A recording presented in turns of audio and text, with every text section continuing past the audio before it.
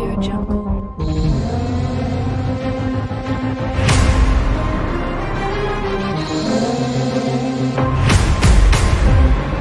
Audio Jungle.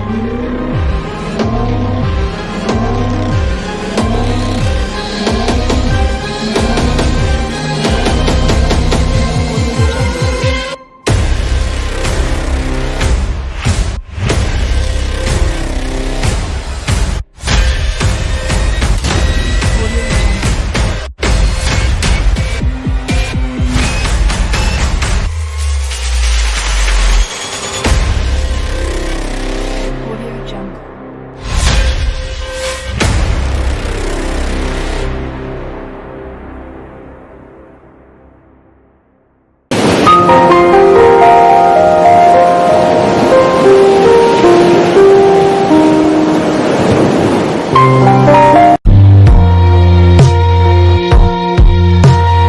अस्सलाम वालेकुम, मैं हूं आपका होस्ट बिलाल अहमद। आप देख रहे हैं 110 न्यूज़। हार्ड टाइम प्रोग्राम में आप सबको खुशामदीद कहता हूं। जिस शख्सियत के साथ मैं मौजूद हैं ये किसी तारुफ की मोहताज नहीं। ये तो नाजरीन, आज मैं मौजूद हूं उमर सदीकी साहब के साथ और ये तर्जमान हैं इंसानी हकूक ऑफ पंजाब के। इनसे हम मज़े मज़े की बातें करेंगे और इनसे पूछेंगे भी कि जो पीटीआई का नारा है, तब्दीली का नारा है, वो क्या है असल में। जो फाउंडर थे पीटीआई के, उन्होंने क्या नारा लगाया था और जो मौजूदा सूरत हाल जो 2 साल मुकम्मल करने को है पीटीआई की हुकूमत, इससे क्या मुतमईन है अवाम या आपकी जो गवर्नमेंट है वो मुतमईन है कि हम अवाम को मुतमईन करने में कामयाब हो रहे हैं या नहीं। इसके साथ साथ जो एक अहम सवाल है वो स्टार्ट में ही हम उनसे पूछेंगे कि उन्होंने पीटीआई में एंट्री क्यों डाली, इस नारे की वजह से, तब्दीली की वजह से या यूथ की वजह से या कोई और रीजन थी। खैर ये सारी बातें हम उनसे पूछेंगे। अस्सलाम वालेकुम सर। वालेकुम अस्सलाम। सर ये सबसे पहले मैं थैंक यू अदा करता हूँ आपका कि आपने अपना कीमती टाइम में से कुछ टाइम हमें भी दिया। बहुत बहुत शुक्रिया। तो साथ मैं आपसे ये पूछना चाहूँगा, शायद नाज़रीन भी ये पूछना चाहेंगे कि आपने जो पीटीआई में एंट्री डाली है उसकी क्या बड़ी रीज़न थी कि पीटीआई एक तब्दीली का नाम है, ये पीटीआई जो तब्दीली लेकर आने वाली है, क्या इतने मुतमईन थे कि अब ये तब्दीली लेकर आएगी या और कोई रीज़न थी कि यूथ की टीम है, मैं भी यूथ में हूँ, तो इस वजह से आप इसमें इस टीम में, इस मुहिम में शामिल हुए, इस ग्रोह में शामिल हुए? इसमें 2 चीज़ें हैं। अगर थोड़ा सा हम पास्ट में जाते हैं 96 के दौर में, 96 के दौर में, तो मुझे याद है जब पीटीआई बनी और मैं 6 साल का उस वक्त था, तो पीटीवी ही सिर्फ हुआ करता था, सरकारी टीवी चैनल जिसके ऊपर कुछ हाइप क्रिएट की जाती थी। तो फिर जब मैंने वहाँ पर देखा इमरान खान साहब को कि वो सियासत में आ गए हैं, सियासत में कदम रख दिया उन्होंने, तो वो मेरे लिए एक बहुत आइडियलाइजिंग सी मोमेंट थी। वो मेरे लिए एक बहुत बड़ी बात थी क्योंकि मैंने, जब आप 6 साल के थे? मैं 6 साल का था, क्योंकि हमारा थोड़ा सा ना फैमिली का बैकग्राउंड भी एक चला आ रहा है कि मेरे पूरा जो हमारे सिस्टर्स हैं वो जमात इस्लामी के साथ उनकी एक अटैचमेंट है। वो आज भी मेरे वालिद साहब पंजाब के जमात इस्लामी के नायब कय्यम हैं। और दूसरा ये था कि इमरान खान को मैं बचपन से एज ए क्रिकेटर देखता था, क्योंकि आपको पता ही होगा कि जब छोटे छोटे बच्चे जब एक अपना आइडियल देखते हैं क्रिकेट में तो उसको वो लेकर चलते हैं आगे, और उनके जहन में होता है कि हमने यही काम करना है, यही चीज़ करनी है, हमने इसके जैसा बनना है। तो मेरे लिए तो बड़ी एक वो आइडियलाइजिंग सी मोमेंट थी उस टाइम पर जब इमरान खान साहब सियासत में आए। अच्छा, फिर जब वो हार गए तो मुझे याद है कि 2002 में दोबारा इलेक्शन हुए, तो उस वक्त एक सवाल किया गया मेरे से, क्योंकि मैं स्कूल में बहुत ज़्यादा शोर मचाया करता था कि इमरान खान इमरान खान इमरान खान।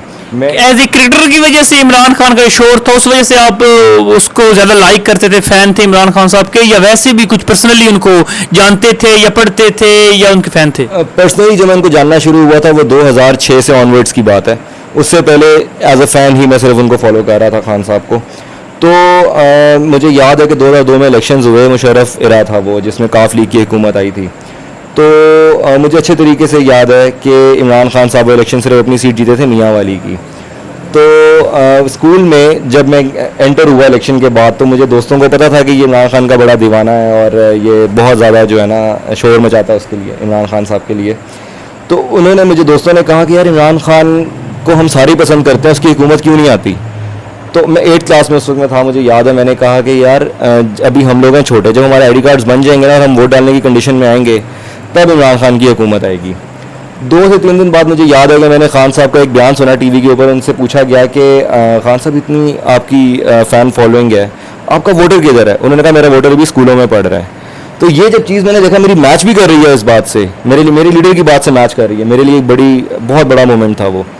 फिर ऑनवर्ड्स 2006 में खान साहब से जब फर्स्ट मीटिंग हुई, वो एक दोस्त के घर में जो काजी हुसैन अहमद और इमरान खान साहब इकट्ठे वहाँ पर एक खाने पर आए हुए थे, तो मेरी पहली मीटिंग खान साहब से वहाँ हुई थी, जिसके बाद फिर मैं उनकी टीम से अटैच हुआ और उस वक्त मैं 16-17 साल का लड़का था, दाढ़ी भी पूरी नहीं आई थी, तब से खान साहब के साथ फिर तहरीक का एक हिस्सा बन गए। क्योंकि इन द मीन वाइल पसंद नापसंद एक अलग बात है, लेकिन आहिस्ता आहिस्ता समझ भी आना शुरू हो गया कि हमने जितनों को आजमाया आज तक, मुल्क हमारा यूरोप नहीं बना, पेरिस नहीं बना, सब ने बातें बड़ी की, इस मुल्क का कुछ नहीं हुआ। तो हमारे जहन में यही था कि हमने टू पार्टी सिस्टम को ख़त्म करके, ख़ानदानी मौरूसी सियासत को ख़त्म करके इमरान खान साहब को आगे लेके आना है, जिसके लिए हम लोगों ने फ़ाइट किया। ठीक हो गया। आपने एक बात की है कि हम वो जो सिस्टम को ख़त्म करने की, वो जो ख़ानदानी सियासत थी, वो जो एक आपका माफिया सिस्टम था, उस जागीरदाराना निज़ाम था, यूरोप जैसी वो आप बात कर रहे हैं, लेकिन उस जैसा सिस्टम लाने में अभी क्या ख्याल है, 5 साल काफ़ी होंगे या बहुत ज़्यादा अरसा दरकार होगा? हमारी मौजूदा सूरत हाल, हमारी पॉपुलेशन, हम लोग उस तरह के लायक नहीं हैं, हम एक जाहिल कौम है, मैं एक सीधी सी बात कर रहा हूँ। लेकिन मैं उस जाहिल उस सेंस में नहीं कह रहा कि हम जाहिल हैं, हम शाऊ बाशऊर कौम है, लेकिन उस सेंस से कि जो वो सिस्टम है हम उससे बड़ा दूर हैं, अभी उस जमहूरियत से बड़ा दूर हैं। देखें, ये हम लोग 2018 में इस जमहूरियत के बहुत करीब आ चुके हुए हैं। वो कैसे आ गए मैं आपको बताता हूँ। अयूब खान साहब की कैबिनेट का एक मेंबर थे, वज़ीर ख़जाना उस टाइम पर हुआ करते थे, जुल्फ़िकार अली भुट्टो साहब। उसके बाद उन्होंने नारा लगाया जमहूरियत का और बेसिकली सिलेक्टेड वो थे। उसके बाद ज़िया-उल हक़ साहब का दौर आया, जिसमें वज़ीर ख़जाना पंजाब बनाया गया नवाज़ शरीफ साहब को, फिर वज़ीर आला Punjab within no time, फिर विद इन नो टाइम वज़ीर आज़म पाकिस्तान बना दिया गया, सिलेक्टेड वो थे। इमरान खान साहब की एक तहरीक है 22 साल की, कोई डिनाई नहीं कर सकता उस तहरीक को, कोई डिनाई नहीं कर सकता, आप भी डिनाई नहीं कर सकते, व्यूवर्स हमारे डिनाई नहीं कर सकते, नून लीग दिल से चाहे तो डिनाई नहीं कर सकती, वो मानते हैं कि हाँ जी इनकी एक तहरीक है। तो सिलेक्टेड हमें ये जो बोलते हैं, ये खुद सिलेक्टेड लोग हैं और बाद में रिजेक्टेड हैं। ठीक है, ठीक हो गया। आपने बात की सिलेक्टेड की, फिर आपने कहा था कि उनकी मेहनत को हम डिनाई नहीं कर सकते। इसमें कोई नो डाउट कि वो he is nice man, he is nice personality, brave man, कि उनकी जो 22 साल की मेहनत है, जो 22 साल की स्ट्रगल करके फिर वो उन्होंने उस गोल को अचीव किया है, वो सच है नाइस। लेकिन उनके साथ जो उनकी टीम का हिस्सा कहा जाता है, टीम में जहांगीर तरीन भी शामिल है, टीम में आपका मोहन सिलाई भी शामिल है, टीम में सब लोग मेंबर्स शामिल हैं, जो उन पे इल्ज़ामात लगते हैं, लगाए जाते हैं या लगते हैं, मैं लगाए जाने का भी बात कर रहा हूँ, आटा चीनी बहरान भी है। तो ये सारे जो सवाल मिक्स है, ये एक अवाम के लिए बहुत बड़ा, अवाम का एक बहुत बड़ा सवाल है, अवाम के लिए नहीं, अवाम का एक बहुत बड़ा सवाल है मौजूदा गवर्नमेंट से कि वो कहाँ है तब्दीली, उसके बारे में क्या कहेंगे? देखें, आपने एक मेरे से बड़ा अभी आला सवाल किया था, जिसका जवाब मैं देने की तरफ आ रहा था, बीच में एक और सवाल आ गया कि क्या 5 साल में वो हम लोग सारा कुछ सही कर सकते हैं जो पीछे आज तक होता रहा, यह आपका एक सवाल था। तो देखें, एज अ कॉम हमें ये मानना पड़ेगा कि 5 साल में आप एक सिमत की तरफ डायरेक्शन अपनी सिर्फ शो कर सकते हैं कि हम इस डायरेक्शन की तरफ चल रहे हैं, सब कुछ उसके रिजल्ट्स आपको 5 साल में नज़र नहीं आ सकते, आपको टाइम चाहिए। अच्छा, रिजल्ट अगर शो नहीं होते 5 साल में, 5 साल के बाद बेस्ट विशेस इंशाल्लाह, अल्लाह करे दोबारा गवर्नमेंट पीटीआई की आए। लेकिन अगर नहीं आती, एक दूसरा एस्पेक्ट भी है ना, अगर नहीं आती फिर नई गवर्नमेंट उस पॉलिसीज को किधर लेकर जाएगी? देखिए, अभी तक ड्रॉबैक एक यही चलता रहा है जो कि यूरोपियन स्टेट्स में या अमेरिकन स्टेट्स में नहीं होता, कि जब वहाँ पर एक जैसे जो पॉलिसीज़ बुश की थी ओबामा उसी को लेकर चला, जो ओबामा की थी ट्रंप उसी को लेकर चला। ये हमारे यहाँ पर जो बावर्दी इदारे हैं उनके अंदर तो ये है कि जो एक पॉलिसी बना दी गई है वो चलते रहनी है, लेकिन हमारी जमहूरियत में इतना कीना है कि जब किसी की हुकूमत आती है, पिछले का सारी पॉलिसीज पिछले की डिनाई कर देते हैं। मैं इसी चीज़ को फिर एक सवाल में मुझे एक सवाल फिर आ रहा है याद कि देखिए, एक ऑरेंज ट्रेन का मसला बना रहा है। अब ज़ाहिर बात है उस पर लागत इतनी ज़्यादा थी कि हम कौम एज ए उस हालत में नहीं थे कि इतना ज़्यादा लागत लगाते, इतने ज़्यादा पैसा लगाते कि उसको कंटिन्यू करते, इसलिए उसे एक दफ़ा ना स्टे पे लिया हुआ है, उसे एक दफ़ा साइड पे किया हुआ है कि जब हालात बेहतर होंगे इंशाल्लाह उसको भी करेंगे। लेकिन ये एक मैंने मिसाल दी है, लेकिन अगर मौजूदा हुकूमत यानी पीटीआई को अगर पता है कि हमारे मुल्क की सूरत हाल ये है कि हमारी अगली नेक्स्ट गवर्नमेंट नहीं आती, तो हम ये पॉलिसी हमारी सारी ज़ाया चली जाएगी 5 साल की, जो हमने मेहनत की होगी, जो पॉलिसीज़ बनाई होगी, उसके बाद वो 5 साल का जो कितना लंबा और बड़ा अरसा गुजरा होगा वो किसके ज़िम्मे लगाएंगे? अपने ऊपर पीटीआई ज़िम्मे लगाएगी या आवाम पे लगाएगी या अपोजिशन पे लगाएगी? देखें, मैंने आपको वही बात कही ना कि जब कोई नई हुकूमत चेंज होती है ना, पिछली पॉलिसीज़ को ख़त्म कर देती है और नई पॉलिसी की तरफ आती है। अच्छा, पीटीआई की अगर आप गौर करें तो जब से हुकूमत आई है, हमने पुराने जो प्रोजेक्ट्स अच्छे थे उनको डिनाई कभी नहीं किया, हमने रिजेक्ट कभी नहीं किया उनको। हाँ, लेकिन कुछ प्रोजेक्ट्स ऐसे हम लेकर आए कि जिसकी हमें पता है कि इसका बड़ा अच्छा लॉन्ग टर्म में भी बेनिफिट है, शॉर्ट टर्म में भी बेनिफिट नज़र आएगा लोगों को, और आ भी रहा है। प्लस उसके बाद जिस तरह अभी आप रावी सिटी प्रोजेक्ट देख रहे हैं, ये रावी सिटी प्रोजेक्ट एक बहुत बड़ा प्रोजेक्ट है जिसका इफ्तिताह खान साहब ने किया है। ये इतना बड़ा प्रोजेक्ट होने जा रहा है, इतना बड़ा प्रोजेक्ट होने जा रहा है कि लोग जो यहाँ पर बातें करते हैं ना कि रोड्स बना दी, सड़कें बना दी, ये बना दिया, वो बना दिया, खाता है तो लगाता भी है। आप देखेंगे कि ये बनेगा भी इंशाल्लाह, और इसमें भी खाएगा भी नहीं, सिर्फ लगाएगा, क्योंकि इमरान खान की हुकूमत है। और इमरान खान साहब के बारे में अपोजिशन के मैं कई अरकान के नाम यहाँ पर ले सकता हूँ जिन्होंने मुझे ये बात, अक्सर असेंबलियों में मिलते हैं, कहीं पर मिलते हैं, पार्लियामेंट में अगर जाते हैं हम लोग तो वहाँ पर अगर हमें कहीं मिलता है तो वो अपने मुँह से कहते हैं कि खान साहब की ईमानदारी पर हमें भी कोई शक नहीं है। ये अपोजिशन के मुंह के अल्फाज है। ये हमें भी उनकी ईमानदारी पे कोई शक नहीं, क्योंकि अभी तक अपोजिशन या कोई जमात या नैब तक इल्जाम नहीं लगा सकी कि या कोई बात नहीं कर सकी कि उनमें है। एक छोटी सी ब्रेक का टाइम हुआ है, stay with us. MJ 512 mobile accessories company, हमारे यहाँ होलसेल पर मोबाइल एक्सेसरीज दस्तयाब हैं। हर किस्म के charger, hand free, data cable, USB, car reader दस्तयाब हैं। आज ही होलसेल पर ऑर्डर देने के लिए राब्ता करें 0308611178 030797911110। फीमेल होलसेलर राब्ता करने के लिए 030017841110। Welcome back after the break. हम अपने प्रोग्राम को मज़ीद आगे बढ़ाते हैं। सर, एक बड़ा दिलचस्प सवाल मेरे और माइंड में आया है कि वो ये है कि आपको अपोजिशन से कितना डर है नेक्स्ट इलेक्शंस में, सारी सूरत हाल के पेश नज़र के कि ये भी बात करने को नज़र आ रही है, ये देखने को आ रही है कि जो मौजूदा सूरत हाल चल रही है इसमें अपोजिशन काफ़ी कभी वो मजबूत हो जाती है, कभी वो टूट फूट का शिकार हो जाती है, कभी डराती है आपको, कभी आप, लेकिन इमरान खान साहब जो हमें नज़र आए हैं वो डरने वाले नहीं हैं इस अपोजिशन से, किसी भी चीज़ से। तो इसके बारे में क्या कहेंगे? देखें, बड़ी बात नहीं करनी चाहिए, अल्लाह की ज़ात सबसे बड़ी है, लेकिन इमरान खान साहब को फॉलो करते करते हम इतने निडर हो चुके हुए हैं कि आपने जब ये मेरे से सवाल किया है कि आपको उनसे कोई डर है अगले इलेक्शंस में, तो मैं सोच रहा था कि यार अगले इलेक्शन में वाकई उनसे मुकाबला भी होना है हमारा। मतलब मेरे जहन में ये बात थी। ये बहुत बड़ी बात कर रहे हैं आप, बहुत बड़ी बात कर रहा हूँ, क्योंकि मैंने आपको बताया ना कि लीडर को फॉलो करते करते हम लोग खुद ऐसे हो चुके हैं कि हमें डर नहीं है अल्हम्दुलिल्लाह। मैं आपको आज लिख कर देने को तैयार हूँ कि इस मुल्क में जब जब फ्री एंड फेयर इलेक्शन होगा, जैसे 2018 में हुआ, पाकिस्तान तहरीक इंसाफ की हुकूमत आएगी। ये मैं आपको ऑन द रिकॉर्ड ये बात लिख के देने के लिए तैयार हूँ। क्यों?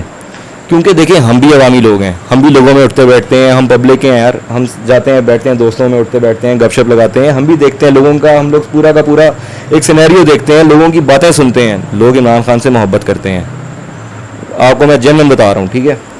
और अपोजिशन की जहाँ तक आपने बात की है, अपोजिशन अगर नेक्स्ट इलेक्शंस तक अगर तो टुकड़े टुकड़े ना हो गए इन जमातों के, तो फिर शायद थोड़ा सा एक मुकाबला अच्छा हो जाए पीटीआई को हराने की। कलेक्टिव बात कर रहे हैं कि पीपल पार्टी, नून लीग, ये सारी जमातें मिलके फिर आपके लिए कोई अपोजिशन का किरदार अदा कर सकती हैं। अगर ये टूट गई तो फिर ये कुछ भी नहीं है। मैं तो विद इन द पार्टी बात कर रहा हूँ कि इनकी पार्टियां भी अगर बची रह गई, ग्रुप्स इनके बचे रह गए, जैसे नून लीग में मुझे तो बहुत जल्दी, नून लीग में ग्रुप्स बने हुए हैं, हाँ मुझे तो पीपल्स पार्टी में भी ग्रुप्स बने हुए हैं, जिस तरह से मुझे ग्रुप्स साथ चलते दिखाई अभी नहीं दे रहे। ये मैं जब ये बातें करते हैं ना कि बस अब हम ये करने लगे हैं, ग्रैंड अलायंस होने लगा है, हुकूमत गिरने लगी है, तो मुझे हंसी आती है कि यार कब, क्या करोगे, क्या कैसे करोगे? अल्लाह माफ़ करे, बड़े बोल नहीं बोलना चाहिए, लेकिन हमें जो नज़र आ रहा है अपोजिशन कहाँ स्टैंड कर रही है, मुझे बता देना आप। यानी आपको किसी चीज का कोई खौफ नहीं है? अल्हम्दुलिल्लाह। ठीक हो गया, लेकिन ठीक हो कई जगहों पर क्या होता है, कई जगहों पर क्या होता है कि अल्लाह की ज़ात है करने वाली, कुछ भी किसी वक्त भी हो सकता है। लेकिन अभी तक मैं आपको जेन्युइन बता रहा हूँ कि अल्हम्दुलिल्लाह पीटीआई को किसी से कोई डर नहीं है सवाए अल्लाह की ज़ात के, और हम अपनी सफ़ों में बिल्कुल सही दुरुस्त सिमत में चल रहे हैं और अल्लाह से उम्मीद करते हैं कि इंशाल्लाह बहुत अच्छा होगा। ठीक हो गया। अच्छा, आपने एक ना बात कही कि 2018 की इलेक्शंस में, तो आज मैं एक रिपोर्ट पढ़ रहा था, जो रिपोर्ट बड़ी खूबसूरत सी थी। उसने में लिखा हुआ था कि 2018, 2019 और 2020 मतवातर इसमें जो करप्शन रेशियो है ना वो बढ़ती रही है। वो जिस शक्ल में भी बढ़ी है, आपकी पेट्रोल बुरान में बढ़ी है, या फिर वो मैं पिछली बात कही थी चीनी आटा चीनी बुरान में बढ़ी है, उसमें जो सारा सिनेरियो है उसमें क्या होता है कि ये तीनों साल जो थे, ये तीनों साल जो हैं, ये तकरीबन 2018 समेत ही तकरीबन ये बनते हैं पीटीआई के ज़िम्मे। तो इसमें कौन जिम्मेदार है? मौजूदा हुकूमत भी पीटीआई की है, फिर करप्शन भी साल ब साल बढ़ रही है, तो ये इसकी क्या वजह है? लेकिन जो इस तरह की रिपोर्ट्स आ रही हैं वो तो शेयर कर देते हैं हम लोग मीडिया के ऊपर, वो रिपोर्ट्स क्यों नहीं शेयर होती हैं जिसमें ये बताया जाता है कि करंट अकाउंट खसारा नवाज शरीफ साहब अपने दौर में 20 अरब डॉलर छोड़ के गए थे, आज वो 3.5 से भी नीचे आ चुका हुआ है। ये रिपोर्ट्स कोई क्यों नहीं बताता? उसके बाद अगर हम बात करते हैं कि जो माफिया की आप बात कर रहे हैं कि पेट्रोल माफिया या आटा चीनी माफिया, जिस तरह से भी आप बात कर रहे हैं, तो अगर आपको ये लगता है ना कि खान साहब इसके ऊपर कोई लाइजनिंग कर लेंगे इनके साथ, तो ये तो लोगों की भूल है।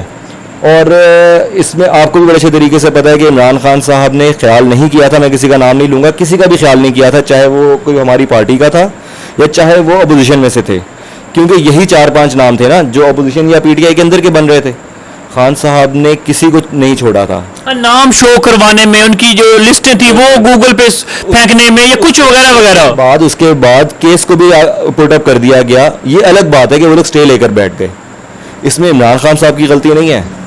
अच्छा, स्टे लेने के मामले में सारे इकट्ठे थे, अपोजिशन भी इकट्ठी थी और वो लोग भी इकट्ठे थे जिनका ताल्लुक पीटीआई से जोड़ा जा रहा है, वो लोग भी इकट्ठे थे। तो मुझे बताएं कि अगर इमरान खान साहब के बस में होता तो स्टे भी ना देते। खैर, स्टे वो ले लिया उन्होंने, स्टे ख़त्म भी होना है, स्टे ज़िंदगी भर तो नहीं चलना ना। तो मैं आपको ये बताने लगा हूँ कि अगर तो कोई इस तरह कर रहा है ना विद इन द पार्टी भी, तो ये आपकी भूल है कि इमरान खान साहब किसी के पीछे खड़े हो जाएंगे। खान साहब किसी के पीछे खड़े ना कभी आज तक हुए हैं ऐसे मामले में, और ना ही कभी होंगे। ठीक हो गया। अच्छा, एक और मैं ब्रेक से जाने से पहले एक मुख्तसर से सवाल का जवाब चाहूँगा, और वो सवाल बड़ा दिलचस्प है कि जो अपोजिशन कहती है कि नैब को ख़त्म कर दिया जाए, तो इसके बारे में क्या कहेंगे कि नैब, क्योंकि नैब जो ऑनेस्टली हमें भी नज़र आई है, नैब जो है वो एक चीज़ को अपोजिशन को कह लें, किसी भी पार्टी को कह लें, टारगेट बना के चल रही है। कभी ऐसा नहीं देखने को मिला कि आपकी मौजूदा गवर्नमेंट में किसी बंदे को उन्होंने कहा हो कि आप इस्तीफ़ा दें या ज़बरदस्ती इस्तीफ़ा लिया हो, जैसे नून लीग के साथ किया जा चुका है। तो ऐसे वो कोई मुझे हम्बल तरीका नज़र नहीं आ रहा नैब का, चाहे वो आप पीटीआई गवर्नमेंट की बात करें चाहे नैब की बात करें। इससे क्या, इस पर क्या कहेंगे आप? किस तरह कह सकते हैं कि आपको एक हम्बल तरीका का नज़र नहीं आ रहा? अलीम खान साहब की जब पेशी होती है तो वो रिज़ाइन कर जाते हैं, सुल्तान खान नियाजी साहब की जब पेशी होती है वो रिज़ाइन कर जाते हैं। ये तो अपोजिशन है जो जब इनकी पेशियाँ आती हैं तो वो शोर भी मचाते हैं और रिज़ाइन करने की बात करते हैं, रिज़ाइन नहीं कर पाते, क्योंकि उनको पता है कि अभी कम अज़ कम पब्लिक ऑफिस हमारे पास है, हम कहीं ना कहीं अपने आप को बचा लेंगे। अलीम खान साहब पीटीआई के हैं, सुल्तान खान नियाजी साहब पीटीआई के हैं, ये दोनों से सिटिंग मिनिस्टर्स हैं। इन्होंने अपनी मिनिस्ट्रीज क्विट की, रिज़ाइन किया अपनी मिनिस्ट्रीज से और नैब के आगे पेश हुए। नून लीग का मुझे कोई बंदा बता दें या पीपल्स पार्टी का कोई बंदा बता दें जिसने अपनी सीट छोड़ी हो नैब की पेशी के टाइम पर? किसी ने अपनी सीट नहीं छोड़ी। और नैब का अगर रोल इस तरह का बायस्ड है तो क्यों अलीम खान साहब को बार बार नैब बुलाती है? क्यों सुल्तान खान नियाजी साहब का आज भी पीछा नहीं छोड़ रही? ये लोग आज भी जाते हैं, पेश होते हैं। ये तो नैब को जा जाकर जवाब दे रहे हैं, स्टे नहीं ले रहे। किसी चीज़ पर स्टे लिया मुझे बता दें, जेल काटी अलीम खान साहब ने, स्टे नहीं लिया। अलबत्ता यही जो इस मुल्क के कुछ खादिम बने फिरते थे, जब इनको बुलाया जाता है ये स्टे लेकर बैठ जाते हैं। ये कोरोना से बचाने के लिए मुल्क को भागाते हैं, जब नैब बुलाती है तो कहते हैं कि जी मैं तो बीमार आदमी हूँ, मैं घर से बाहर निकल ही नहीं सकता। तो भाई पाकिस्तान करने के आए थे? नहीं, वो तो रिपोर्ट भी आई है कि नवाज शरीफ साहब जो हैं, अगर वो मूजी मर्ज जो फैली हुई है हमारे बीच, वो कोरोना वायरस के नाम से, तो अगर इस दौरान वो बाहर निकले हैं तो रिपोर्ट्स ने बताया है कि उनके लिए वो जान भी जा सकती है, वो तो उनका निकलना मुश्किल आसान नहीं है। पब्लिक जो बाकी निकल रही है वो इंसान नहीं है क्या? वो पाकिस्तानी नहीं है क्या? जिनकी खुदा ना खासा नाउजुबिल्लाह डेथ्स हुई हैं, अल्लाह ताला उनकी सबकी मगफिरत करे, क्या वो इंसान नहीं थे? आमीन। क्या शहबाज शरीफ साहब ज़्यादा बड़े कोई इंसान है या कोई ज़्यादा अशरफुल मखलूक़ात हैं? मतलब मुझे समझ नहीं आई ना इस बात की कि भाई तुम मुकाबला करने आए हो कोरोना से, पाकिस्तानियों को बचाने आए हो, तो आओ फील्ड पर। इमरान खान साहब ने कहा था आओ मिलके करें, तो क्यों नहीं पाकिस्तान में रह के इस बीमारी का कौम के साथ शाना बिशाना चलें? ठीक है। अच्छा, एयरपोर्ट पर आते हैं, मास्क नहीं होता, SOPs की खिलाफ वर्जी करते हैं, 10,000 बंदा अपने साथ जोड़ लेते हैं, उसके बाद जब अपने घर में बैठ कर वीडियो कॉन्फ्रेंस करें तो मास्क पहना हुआ है। किससे डर है उनको? लैपटॉप से डर था उनको? किससे डर था? तो ये सब शोबाजी थी। जो शहबाज शरीफ साहब शोबाजियाँ आज तक करते आए हैं वो उसी का एक हिस्सा था। वो जिस पर्पज़ के लिए आए थे वो पूरे कौम को पता चल चुका हुआ है, वो आपको भी पता चल चुका हुआ है। वो उनके ख्वाब पूरे नहीं हुए, और जब उन्होंने देखा मेरे ख्वाब पूरे नहीं हो रहे, उल्टा ये तो मुझे नैब मेरे पीछे पड़ गई है, तो उन्होंने कहा यार कोरोना से लड़ना भी था मैं तो बीमार आदमी है, मैं तो बिस्तर से नहीं उठ सकता। उनकी सारी बातें बाद में याद आई। तो ये शोबाजी थी उनकी, और नैब को इसीलिए लोग गलत कह रहे हैं कि उनके पास वो हजूर ये है, वो ज़राए वाली बात ना, कि अयाज सादिक साहब को वो ज़राए दिखा दिए गए 2016 में। तो जब नैब ने कहा वो ला के दिखाओ, तो वो ज़राए ना अयाज सादिक साहब के पास निकले ना वो नवाज शरीफ साहब के पास निकले, वो ज़राए उस टेबल से गए किधर किसी को पता ही नहीं है। बिल्कुल ऐसी। ठीक है, तो ये तो कहेंगे नैब को ख़त्म करो, ये जिगरा सिर्फ अल्हम्दुलिल्लाह इस हुकूमती जमात के अंदर ही है कि जब नैब बुलाती है तो इस्तीफ़ा देकर पेश हुआ जाता है। कोई भी सिटिंग मिनिस्ट्री के साथ नहीं नैब के आगे पेश हुआ, सब ने रिज़ाइन किया और फिर पेश हुए हैं। ठीक हो गया। नाज़रीन, आपको भी उम्मीद करता हूँ कि गुफ्तगू का बड़ा मज़ा आ रहा होगा, लेकिन एक छोटी सी ब्रेक का टाइम हुआ है। Stay with us. MJ 512 mobile accessories company, हमारे यहाँ होलसेल पर मोबाइल एक्सेसरीज दस्तयाब हैं। हर किस्म के charger, hand free, data cable, USB, car reader दस्तयाब हैं। आज ही होलसेल पर ऑर्डर देने के लिए राब्ता करें 0308611178 030797911110। फीमेल होलसेलर राब्ता करने के लिए 030017841110। Welcome back after the break. हम अपने सवाल के सेशन को मज़ीद आगे बढ़ाएंगे। सर, हमारे नाज़रीन को एक बड़ा दिलचस्प सवाल, और भी सवाल तो काफ़ी सारे हैं, बड़ा मज़ा भी आ रहा है आपसे गुफ्तगू का। ये जो पाकिस्तान का नया नक्शा तरतीब दिया गया है, जिसमें कश्मीर को बाकायदा तौर पे हम पाकिस्तान का हिस्सा करार दिया गया, जो बड़ी एक खुशी की भी बात है। फिर इस सवाल को शुरू से ही आम आवाम भी उठाई जा रही थी कि कश्मीर हमारा पाकिस्तान की शारग भी है और लेकर भी रहेंगे इंशाल्लाह। इसके मौके पर क्या कहेंगे आप? देखें, ये एक बहुत बड़ा स्टेप है। ये एक ऐसा स्टेप है जो आज तक मुझे वैसे हैरत हो रही है कि कभी किसी के जहन में नहीं आया कि हम लोग इस चीज़ को UN तक इस तरह से उठाएंगे। और ये खान साहब की एक हुब्बुल वतनी का सब ये एज ए मीडिया पर्सन मैं इस बात को मैं सलाम पेश करूंगा खान साहब को कि जो उन्होंने ये कदम उठाया है, जो 3-4 ऐसे कदम है। मैं ऐसे मिसाल देना चाहूँगा, ये गुरु नानक वाला जो गुरुद्वारा खोला गया है, जो सिख करतारपुर बिरादरी का जो खोला गया है, वो बहुत अच्छा इनिशिएटिव था। इसके साथ साथ फिर ये भी बड़ा अच्छा है। खैर, इस सवाल को फिर कभी पूछेंगे, लेकिन ये जो नक्शे वाली बात है इसको क्या समझेंगे? कितना खूबसूरत कदम है ये एक बहुत ही खूबसूरत कदम इस तरह से है कि देखें, आज तक हमने दुनिया को ये दिखाया है कि पीस का मैसेज दिया है, अमन का मैसेज दिया, अमन का पैगाम दिया है। वो किस तरह कि मोदी जो कर रहा है अपनी अक़लियतियों के साथ वहाँ पर इंडिया में, हम बिल्कुल उसके बरक्स चल रहे हैं अल्हम्दुलिल्लाह। ठीक है, इस्लाम में जो अक़लियतों के हकूक़ हैं हम उसके ऊपर पूरा काम कर रहे हैं। उनकी इबादत गाहों को नुकसान नहीं पहुंचा रहे, सिक्योरिटी दे रहे हैं हम लोग उनको। ठीक है, उनके मज़ाहिब की जितनी भी इवेंट्स आते हैं उनको खुली आज़ादी है उसके ऊपर चलने की, जबकि इंडिया में ऐसा नहीं है। अच्छा, अब जब कश्मीर की हम बात करते हैं तो कश्मीर के जो नक्शे की आपने स्पेसिफिकली बात की है, तो ये एक बहुत बड़ा स्टेप है। ये इस तरह से बहुत बड़ा स्टेप है कि अल्हम्दुलिल्लाह मुझे फ़ख्र है कि मेरे लीडर के जहन में ये बात आई कि हमने UN में इस नक्शे को प्रेजेंट इसलिए करना है कि सबसे पहले बताया जाता है ना कि जब घर बनाने लगते हैं आप तो घर का नक्शा सबसे पहले दिया जाता है, तो ठीक वैसे ही हमने कश्मीर का नक्शा दे दिया। यानी जो सरहद हमारी जो पाकिस्तान की सरहद है वो यहाँ तक बाउंड्री लाइन है, तो अब ये हम बनाएंगे, समझ इंशाल्लाह। तो खान साहब का ये हुब्बुल वतनी का सबूत है कि, और ये मैं हैरान हूँ कि आज तक किसी के जहन में, इतने यहाँ पर वज़ीर आज़म गुजरे, सदर ममलिकत गुजरे, बड़े हुब्बुल वतनी के दावे किया करते थे, कश्मीर के लिए खड़े होने के दावे किया करते थे। मुझे अच्छे तरीके से याद है कि क्या किया गया उस टाइम पर जब कारगिल में हम लोग बहुत आगे जा चुके हुए थे, तो उस वक्त के वज़ीर आज़म नवाज शरीफ ने क्या किया इस मुल्क के साथ, इस फ़ौज के साथ, इस कश्मीर के मामले के साथ। तो अल्हम्दुलिल्लाह इमरान खान साहब अल्लाह के फजल करम से बहुत अच्छा लेकर चल रहे हैं इस मामले को, और उन्होंने जिस तरह कहा था कि मैं इसका एम्बेसडर बन के दिखाऊंगा, सफ़ीर बन के दिखाऊंगा, वो बन के दिखा रहे हैं अल्हम्दुलिल्लाह। बिल्कुल। इसके साथ एक और जो चीज़ हमें देखने को देख रहे हैं वो ये है, वो इतनी खूबसूरत चीज़ है कि नक्शे का मतलब ये है कि हम लोग एज ए पाकिस्तानी, पाकिस्तान या पाकिस्तान की मौजूदा गवर्नमेंट एक खुलम खुला चैलेंज दे रही है कि हम खड़े हैं, हमारा ये नक्शा है, जो जिसी ने करना है कर ले। क्योंकि पहले तो खाली बयान थे, मैं आपको धमकी दे रहा था, आप मुझे धमकी दे रहे, उससे खाली लफ्जों की जंग तो जंग बात नहीं जीती जा सकती। अब नक्शे से देखे कदम तो उठाया है ना, तो ये कदम बहुत खूबसूरत कदम उठाया गया, इस पे क्या कहेंगे? कदम बिलाल अगर आप गौर करें आज नहीं उठाया, ये पहला कदम नहीं है, कदम अल्हम्दुलिल्लाह 27 फरवरी से चलते आ रहे हैं। और ये किसी और की हुकूमत होती मुझे वो ये इक़दाम करके दिखा देता, मुझे जवाब देकर दिखा देता, किसी ने कोई जवाब नहीं दिया। प्रेशर इतना होना था, ऊपर से काले इतनी आनी थी। बिल्कुल बिल्कुल बिल्कुल। तो अल्हम्दुलिल्लाह इमरान खान साहब प्रेशर में खेलने वाले आदमी हैं और बड़ा अच्छा खेलते हैं प्रेशर में। और इसके साथ पाक फौज को भी सलामी पेश है, जिन्होंने वो सरहदों पे लड़ रहे हैं, या वो जो इस इतने बड़े कदम के साथ फिर उस कौम के खिलाफ, फिर इंडिया के खिलाफ खड़े हुए हैं, जो कि वो देखिए आईटी में सबसे आगे है, और वो भी न्यूक्लियर एक वेपन्स रखते हैं, सारा कुछ एटमी हथियार हैं। इस बात का कोई खौफ नहीं है हमारे जवानों को। तो अल्हम्दुलिल्लाह मुझे तो हमें एज अ कौम बड़ा फ़ख्र होना चाहिए अपनी पाकिस्तान आर्मी के ऊपर, और हम लोगों को है भी अल्हम्दुलिल्लाह।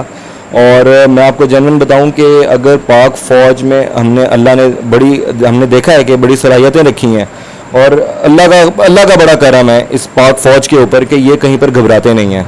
और same is the case with Imran Khan साहब के, अल्हम्दुलिल्लाह वो भी बिल्कुल वैसे ही, अगर आप देखें तो इस एज में भी, जैसे एक आप समझ लें कि जर्नल होता है, जब वो रिटायरमेंट के बाद भी देखा जाता है एक फिट आदमी होता है, क्योंकि ट्रेनिंग इस तरह से हुई होती है। हमारे खान साहब भी आज तक वैसे ही फिट आदमी है, एक्सरसाइज करते हैं, ये वो प्रॉपर डाइट का ख्याल रखते हैं। उसके बाद खाने के बड़े शौकीन है, वैसे वो बहुत बड़े ईटर हैं अल्हम्दुलिल्लाह, वो भी देसी खानों के बिल्कुल। और दूसरी बात ये है कि वो प्रेशर में खेलना जानते हैं, और वो प्रेशर आज तक कभी लिया ही नहीं उस बंदे ने। वही लीडर एक बंदे की ना निशानी होती है, जो प्रेशर में एक टीम को, मुल्क को, फिर इतनी बड़ी रिस्पॉन्सिबिलिटी, मुल्क का वजीर आजम है, लीड करके जो दिखाता है। वो यूएन ने लीड करके दिखाया, उन्होंने अल्हम्दुलिल्लाह ये जो कश्मीर का नक्शा पास करवाया, उन्होंने दुनिया को दिखा दिया कि जब घर बनता है तो उससे पहले नक्शा बनाया जाता है, तो नक्शा तो हमने बना दिया है। सरहद हमारी यहाँ तक है इंशाल्लाह अल्हम्दुलिल्लाह। मुझे अल्लाह पे पूरा भरोसा है कि हम लोग इसके अंदर भी कामयाब होंगे, एक दिन हम जरूर उस पर भी विन करेंगे। खैर सियासत पे तो बातें सारी होती रहेंगी, लेकिन एक थोड़ा सा और कंट्रोवर्सल से सियासी सवाल ये है कि जो ईद के हवाले से, ये कोरोना वायरस के हवाले से ये स्ट्रेटजी बनाई गई थी कि 4-5 दिन पहले जो लॉकडाउन कर दिया गया, फिर उसकी ईद के 4-5 दिन बाद लॉकडाउन खोला गया। अब लॉकडाउन तकरीबन, ये भी सुनने में आया जा रहा है कि लॉकडाउन तकरीबन खत्म हुआ जा रहा है, क्योंकि डबल सवारी भी, पाबंदी भी खत्म हो रही है, मार्केट्स भी खुल रही हैं, शादी हॉल भी खुल रहे हैं, शॉपिंग मॉल भी खुल रहे हैं। ये सारी जो प्लानिंग बनाई गई थी, ये क्या थी, इसमें क्या क्या हिकमत अमली थी हुकूमत की तरफ से? देखें, लास्ट टाइम एक छोटा सा मिसहैप हुआ था छोटी ईद के ऊपर, वो ये कि हम लोगों ने 3 दिन के लिए बाजार खोले, और उसके बाद कोरोना के केसेस आपने देखे, क्योंकि SOPs पर अमल ही नहीं किया गया था। अच्छा, अब खान साहब ने उसके बाद लॉकडाउन दोबारा खोला, और एक चीज़ आपको माननी पड़ेगी कि वॉल स्ट्रीट मैगजीन अमेरिका का जो है, उन्होंने, मैं पिछले दिन उनकी रिपोर्ट पढ़ा है, 3 से 4 दिन पहले उन्होंने रिपोर्ट अपनी पेश की है कि पाकिस्तान वो वाहिद मुल्क है कि जिसमें स्मार्ट लॉकडाउन पॉलिसी इस तरह से कामयाब हुई है, और ये क्रेडिट इमरान खान साहब को जाता है कि आज कोरोना सबसे कम पूरे पाकिस्तान में अल्हम्दुलिल्लाह, ठीक है। और पूरी दुनिया में आपने देख लिया कि कोरोना के केसेस इस तरह से डिक्लाइन नहीं किए जिस तरह आज पाकिस्तान में ऐसे ही है, उनकी तादाद बढ़ी है या बहुत कम ऊपर चली गई है। तो ये अल्हम्दुलिल्लाह इमरान खान साहब के स्मार्ट लॉकडाउन पॉलिसी का ही नतीजा है कि आज wall street magazine, WHO, UNICEF, ये सारे कह रहे हैं कि इमरान खान साहब की स्ट्रेटेजी बहुत कमाल की थी। उसके बाद आप गौर करें अगर, तो इमरान खान साहब के दिल में जो इस कौम का दर्द है, वो लॉकडाउन कभी करना ही नहीं चाहते थे, लेकिन मजबूरी ऐसी बन गई कोरोना की वजह से कि उनको करना पड़ा। अच्छा, जब वो करना भी पड़ा तो ईद से पहले उन्होंने सिर्फ इसलिए किया कि दोबारा से केसेस ना बढ़ जाएं, लेकिन जब उन्होंने देखा कि 5 तारीख को हमने बेसिकली खोलने का ऐलान किया था, लेकिन जब उन्होंने देखा कि यार मंडियों से तो कुछ अल्लाह का शुक्र है केसेस रिपोर्ट ही नहीं हुए, उन्होंने 3 को सारा कुछ खोल दो। तो ये आप देख लें कि लॉकडाउन हल नहीं था इसका कोरोना वायरस के खात्मे क्योंकि का। हम वो कौम भी नहीं है कि हमारी जो इकॉनमी है वो बहुत नीचे गिर चुकी है, तो फिर अवाम जो है वो बड़ी गरीब और वैद मलकीती का मजदूर तबका है वो मर रहा था। डेली वेजर कहाँ जाता फिर आपका? बिल्कुल ऐसे ही। तो अल्हम्दुलिल्लाह खान साहब ने उसके ऊपर एक अच्छा, स्मार्ट क्या आउटिंग ये बात पॉलिसी। ठीक है कि अगर लॉकडाउन वाकई तकरीबन खत्म हो गया है, क्या वायरस इसका मतलब खत्म हुआ है या लॉकडाउन खत्म हुआ है? पाकिस्तान में वायरस की तादाद बहुत कम हो गई है, अल्लाह का शुक्र है, और SOPs के ऊपर अमल करते हुए चलना पड़ेगा। तो इंशाल्लाह ये वायरस दोबारा से अटैक नहीं करेगा इंशाल्लाह। इंशाल्लाह इंशाल्लाह इंशाल्लाह। तो एंड पे मैं आप लोगों का एक छोटा सा मैसेज लेना चाहूँगा कि आप इस कौम मिल्लत को अपनी पार्टी की तरफ से, अपनी तरफ से क्या पैगाम देना चाहेंगे? पूरी कौम को एक तो 14 अगस्त आ रही है आगे, बहुत बहुत मुबारक हो, जश्न आज़ादी मुबारक आप सबको, पूरे पाकिस्तान को मेरी तरफ से, पार्टी की तरफ से, और ख़ास तौर पर वज़ारत इंसानी हकूक़ पंजाब की तरफ से बहुत ज़्यादा मुबारक हो। और दूसरी बात यही है कि हम लोग पाकिस्तानी हैं, हमारे ख़ानदान, ज़ातें, सियासी जमातें ये सब बाद में आती हैं, पहले पाकिस्तान है, हमें पाकिस्तानी बनकर रहना है, इत्तेफाक के साथ रहना है और पाकिस्तान के लिए खैर ख्वाह बनकर जीना है इंशाल्लाह। इंशाल्लाह इंशाल्लाह। बहुत खूबसूरत बातें की हमने, नाज़रीन उम्मीद करता हूँ आपको भी पसंद आई होगी। उमर सदीक़ी साहब ने हमें बड़ी खूबसूरत आगाही भी दी, एक चैलेंजेस का भी बताया कि किन किन का सामना था, क्या क्या थी। नो डाउट एक टीम में मिस मैनेजमेंट होती है, लेकिन हमारे लीडर में मिस मैनेजमेंट नहीं है, इनका कहना है। तो ये चैलेंजेस साथ साथ चलते रहेंगे। 14 अगस्त के हवाले से उन्होंने एक बड़ा खूबसूरत पैगाम दिया कि सबसे पहले हमारे लिए ना अपोजिशन है ना कोई और पार्टी है, बल्कि हम सबसे पहले पाकिस्तानी हैं। क्योंकि जो नक्शे की हमने बात कही हुई है, जो नक्शा हमने नया तरतीब देकर रखा हुआ है, बना के रखा हुआ है, पूरी दुनिया को दिखाया है, मोदी सरकार का चेहरा दिखाया है, तो अगर हमने इकट्ठे नहीं होना तो हम कश्मीर कैसे हासिल करेंगे? इसलिए हमें मुत्तहिद होना पड़ेगा। उम्मीद करता हूँ आपका ये हमारा प्रोग्राम पसंद आया होगा। हमारे चैनल को लाइक करें, सब्सक्राइब करें और जाते जाते बेल आइकन को लाजमी दबाइएगा। कैमरामैन अकमल के साथ मुझे दीजिए इजाज़त। अल्लाह हाफिज़।